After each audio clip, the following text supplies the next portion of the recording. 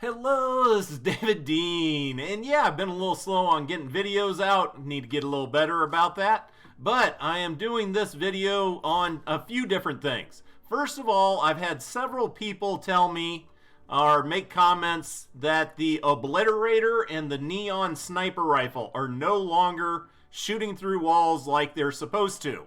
And then I went and tested it out, and it looked like it worked perfect to me, and I told them, nah, they work great. But then I actually got into a couple games and started seeing that no, the sniper rifles are not working the way they normally would. Usually they can shoot things about 6 or 7 tiles away, and right now they're not doing that.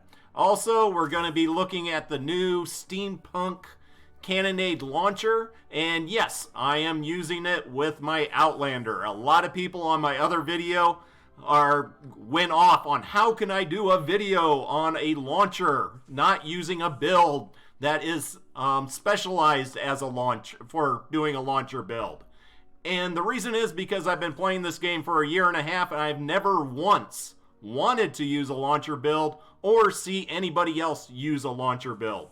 So I would prefer to do a video showing you the weapon, how it is most likely to get used, rather than doing a video showing max damage on a build nobody will probably ever use. But hey, let's press on. And actually it'd be better, let me switch out to what do we got? We'll just take this one. I haven't used the Riptide pistol in a while. Just want to show with the Obliterator. Let's see how close we can get them before they actually start shooting, whether it's the Neon Sniper Rifle or the Obliterator. Come on. You coming? And now they're like 3 tiles away, 2 tiles away, and now they are 1 tile right up on it. And finally they start kind of shooting. At least one of them did. And this was kind of similar to what we had before. For a while, there was an issue with the teddy bear where when you threw him up, the husk had to walk within about 1 tile of him before they would ever notice him if you had the turret up next to him. And this just seems to be a reoccurring issue they have, and it's just floating from weapon or ability to weapons. But yeah, right now, these guys are ignoring anything until you take down the walls or until the husks get within 1 tile of their target box. And now, we'll go ahead and pull these guys over. Actually, we can pull them over. Well, no, that'll kill them. We don't want to straight out kill them. Come on, guys. There we go. Yep, shot them right out of the air. Nice. And yeah, here they're still several tiles away, and they're doing what they're supposed to. So my apologies to the people who I told that nope, the sniper rifles were working normal. No, they are not. And the only 2 sniper rifles that do this are the Neon Sniper Rifle and the Obliterator Sniper Rifle. They're supposed to shoot through walls, and they're supposed to shoot through the terrain, and they're supposed to do that out to 7 tiles. And currently that is just not happening. But hey, let's talk about the new launcher. And I will be getting out of the gameplay portion to actually show what this weapon, as far as what you can set it up with perks. This one's kind of different. You actually have a decent magazine size on this. It starts off at 8. And if you make it, give 1 perk, increasing the magazine size, you can increase it by 6 extra shots to 14.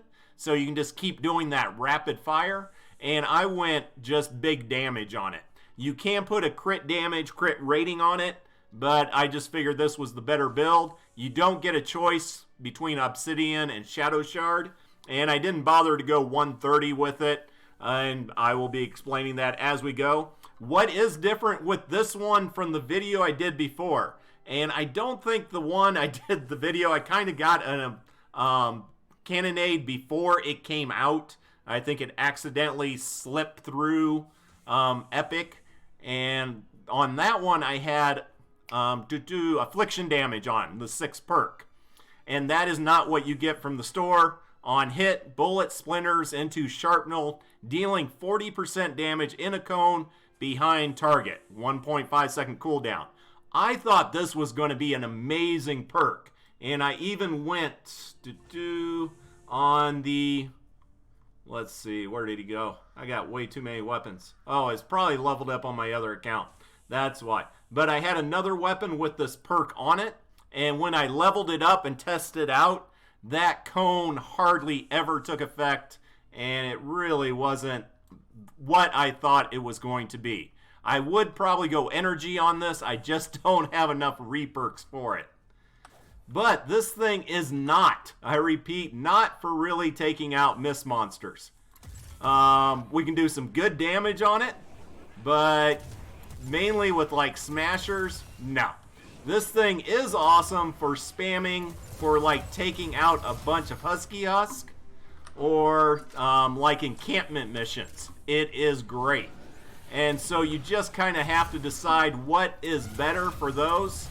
Where to do. Oh, there's one guy up on top. Ain't gonna worry about him, but I am gonna grab my 5-star material. But on encampment missions, this thing's actually great. And I know a lot of people like running with the Noble Launcher for doing the encampment missions. Jeez. I know it's physical damage, but still, it didn't even take him out with one shot. But to me, the Noble Launcher is sometimes hard to use because you kind of have to plant your feet, charge it up 3 times.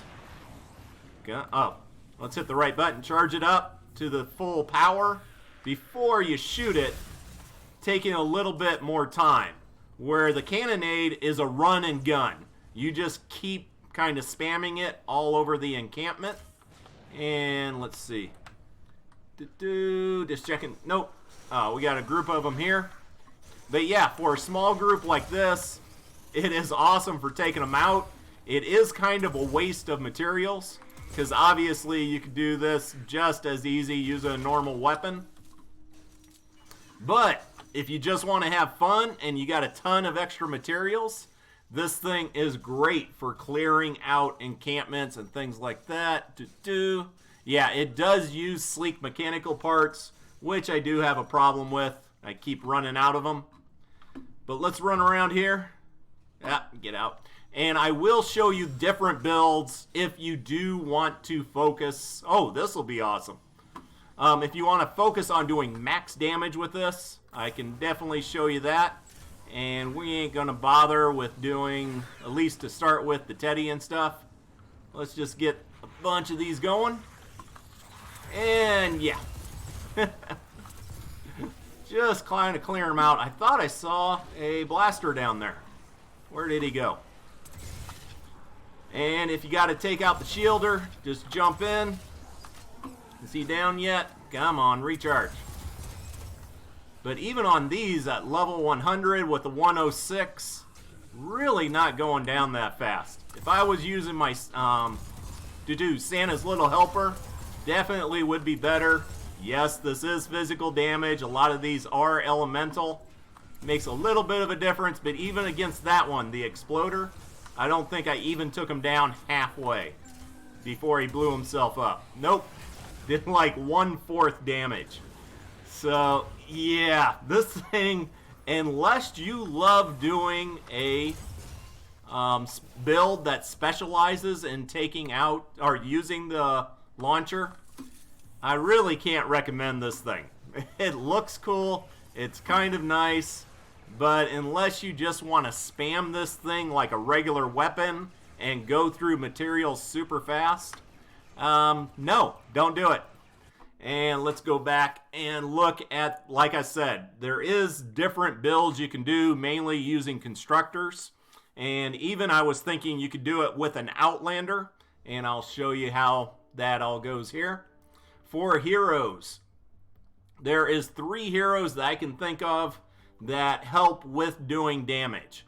It is a cannon, so you have the new Blackbeard, the Black-Hearted, and increase cannonball damage by 40% at his main perk. Strange that that's the one thing he specializes in. He also gets the new improved Rosie, and his Rosie is amazing, I gotta admit that. But for actually just using the RPG, you're better off with Demolition Penny. Increases launcher damage by 50% as opposed to 40%.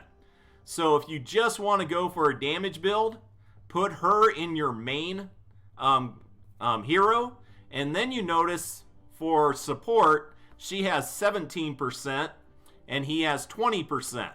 So he has lower increased damage as a main, but a higher increased damage as a support. So you get the 40 or 50% here, you get the 20 here, and the other constructor you can put into your build is that after ability cast, weapon loses 40% less durability for the next 2 uses.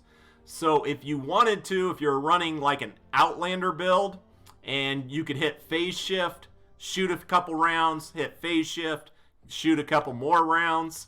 To me, that's kind of a big stretch. Now, if you got an Outlander build where you have 1 support squad bonus you really don't need, then go ahead. But for my recommendation right now, I hate to say it, and I haven't said this on too many of them, but overall, I'm kind of sad I wasted all this material. It's good for a video, but yeah, I'll probably be, do I even get the chance? Nope, can't recycle it. So I am stuck with this. So I'm going to be using this once again on this one. It has a different perk on it than on the video I showed before. It is an extremely fun weapon, but it's not a very effective weapon, and I think somebody put some comments down here. I didn't get the Santa's Little Helper. Is the Dam Buster the next best DPS RPG? Oh, he didn't even ask about the new one. Yes, I would definitely recommend the Dam Buster. Or, actually, I really love the Quad Launcher, and hopefully that'll be out again in a few months. Also, don't have the Jacko. But yeah, Dam Buster and Santa Little Helper, awesome for taking out smashers. If you want to take out a group of Husk, use the Noble Launcher. Quad Launcher is good on both of them. But the Cannonade, besides just pure fun niche build, I really can't recommend it that much. And for the rest of the event store, oh, and also make sure you grab your 2 free llamas.